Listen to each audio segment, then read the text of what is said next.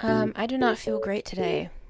I have had too much sugar, and now I feel crappy, and also my back is on fire. So, what better way to spend my time than watching some who thinks way too highly of himself be embarrassing in front of the entire world? Girl, go away. God damn. I had never heard of this man before a couple days ago. This is a dream come true. We all dreamt of this moment. Kind of crazy to start with "this is a dream come true" and then totally butchering it. I locked myself in a room and I started to binge watch everything. Okay, well, you know that's not true, because didn't he only have 10 days to do this, to put this together? I've said before in a video, I'm simply not a comedy person, so I don't know if this is just not funny, or if it's me.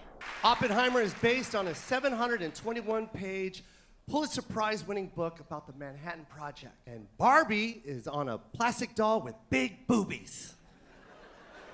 I watched Barbie. I loved it. I really did love it. It was kind of weird being attracted to a plastic doll. It's just something about your eyes. The silence is the only funny part. The whole show, just close your eyes, Ryan. Everyone just looks into your And the eyes. fact that Ryan Margot, Gosling it's just not always stares at about him. you.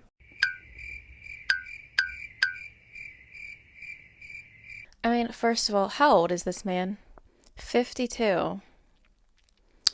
Why are you, as a 52-year-old, making a joke about boobies? Like, are we being serious? And I feel like the point in saying boobies was to make it less harsh, make it sound like less of blatant sexualization, objectification, which it was. And it doesn't, that's not going to help. You just kind of sound stupid. You sound immature. Boobies? What are we, 15? And the comment that I saw on TikTok was something like, no, you guys don't get it. The joke is that he's making fun of people who actually see it that way.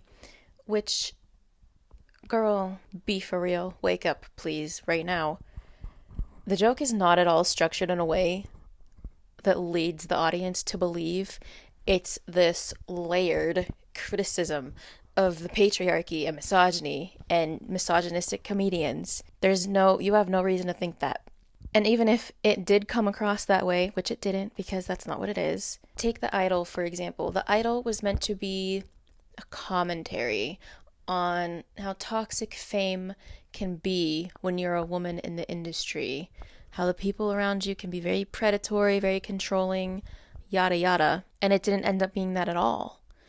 It became the predatory, toxic thing that it was supposed to be critiquing. So if you become the thing that you are critiquing, you are no longer simply someone trying to bring awareness to a problem, like through humor or through art.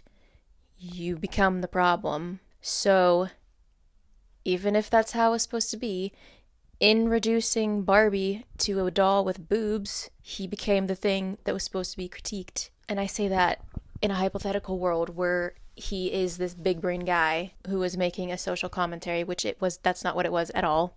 And what a reach that is. Stop defending men. Point blank period. Stop defending men. We don't need to be doing that.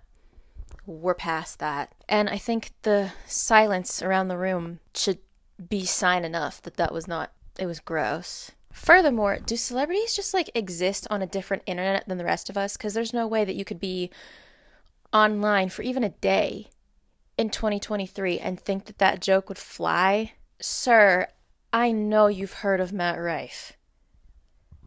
His backlash has been inescapable.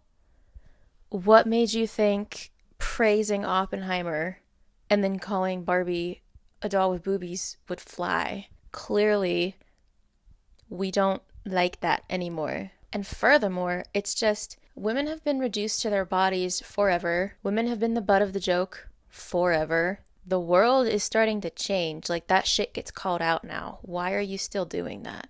It's just not funny at the end of the day. Feminism aside, progressiveness aside, wokeness aside, as some bitch babies refer to it, it's not funny. It's tired and it's very, very old.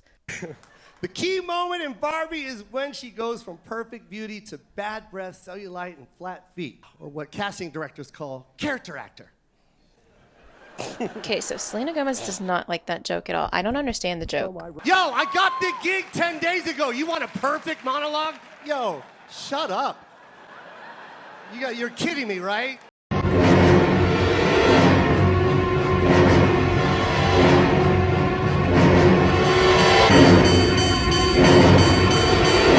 I'm looking at people's faces. Most of these people aren't laughing. And he's nervous. You can tell he's nervous because they're not landing. What? That's hilarious. Apparently, no, it's not. I'm using the audience's reaction to gauge whether most of this is funny. And someone said that they added in a laugh track. He's the one who can actually see whether or not they're laughing. And his reaction leads me to believe that that is very much true. Most of it's a laugh track. The one thing that this show taught me is if you're a billionaire, pull out. We're going to be a bad version of you. Just pull out. There's billionaires in here. Pull out. Okay, I heard you the first 2 times. Saying it again and again and again isn't going to make it funny. And yet this 10-minute monologue somehow felt longer than Oppenheimer. I was going to say, that did not feel like 10 minutes. That was dragging. I love how it sounds like the place is coming apart with laughter, but when they cut away to an actor in the crowd who's not at all laughing and everyone at their table is looking at their phones. Yeah, people were like smiling, but I'm pretty sure I saw 2 different people who were actually laughing. One of them was some guy, and the other one was Selena Gomez towards the end there. So, laugh track confirmed? Question mark. You know it's going horribly when you have to keep reminding the crowd who wrote the jokes. A man was laughing harder at his... So it's not landing. Most people are not into this. Also, Greta Gerwig, the woman who directed Barbie, she did not like that joke either. And that's how I know his ass didn't actually watch these movies, because how do you watch Barbie and then... If you know, you know. If you don't, you don't. And clearly he doesn't. Brutal. Jokes weren't funny. He was fangirling over celebs. He kept repeating jokes after they flopped. That was annoying, dude. He threw the joke writers under the bus while acknowledging how unfunny the jokes were and turned on the crowd multiple times. So I wasn't just seeing things. He did seem genuinely irritated. Painful. If I only had 1 day left to live, I would spend it walking on a Stairmaster while listening to Joe Coy, because then that day would seem to last forever. So, yeah. Also, I am not sure that I believe other people helped write those. Because not one person was like, maybe this isn't funny.